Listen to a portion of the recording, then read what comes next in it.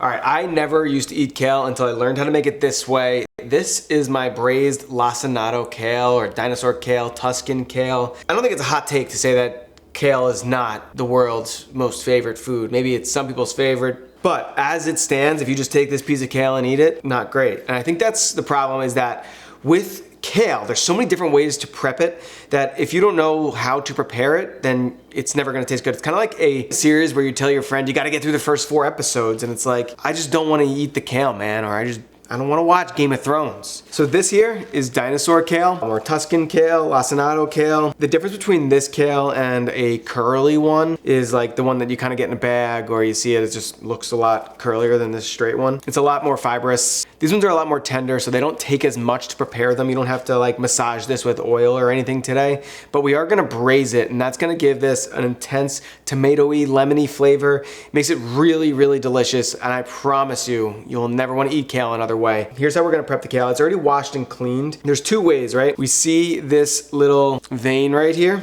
with some versions of kale where I'm making like a bean salad or I'm not cooking the kale. I would peel that right off because this is like intensely fibrous, like not good. Oh my God, okay.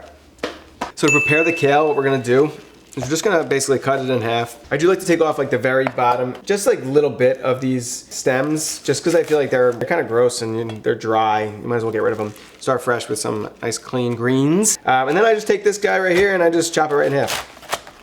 Just like that.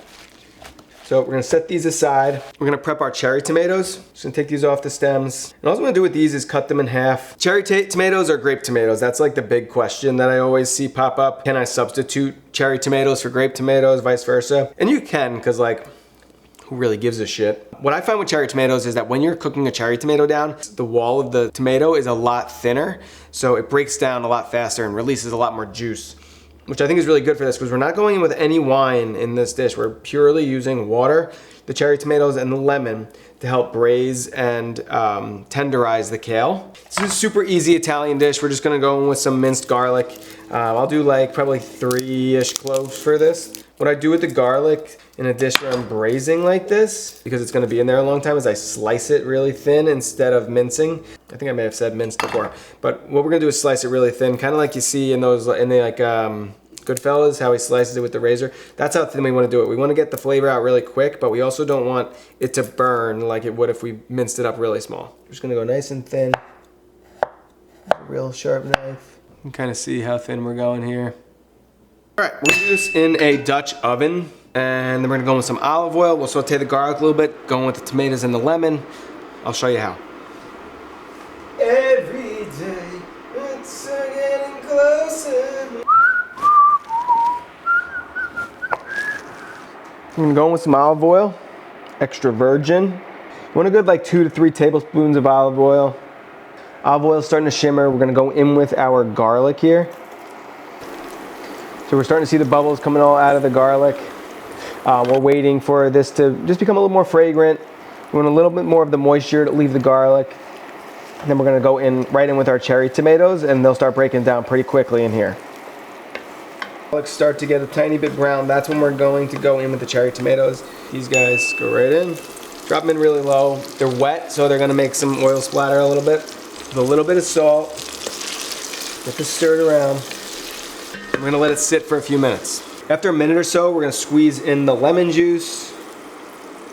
I do the juice from like a whole lemon. It ends up being like 3 tablespoons probably. And we're just gonna bring this to a light simmer and let the tomatoes break down for about 8 to 10 minutes. Once the tomatoes start breaking, oh, we have one that we didn't cut in here. Well, he'll still break down on his own. Once the tomatoes start breaking down, you can kind of start to see the skin peeling off. You can start mashing them a little bit with the back of your spoon. We're just breaking them up. We're gonna let them break down for another minute or so. Then we're gonna go in with our kale and some water to help it braise, but it looks like it's coming together pretty nice right now. You can start to see how thick the sauce is in here, and that's because of the cherry tomatoes being so juicy. That's why you don't want to use grape tomatoes. They never get the same sauce here, and I really feel like that's necessary. Otherwise, you end up having to add a lot of water. One other alternative is if you have like less juicy tomatoes, or if it's like a time when tomatoes are not really in season, you could add white wine and some cherry tomatoes, and that will increase the sauce. All right, so these are almost broken down. We're gonna go in with our kale now. Kale goes right in.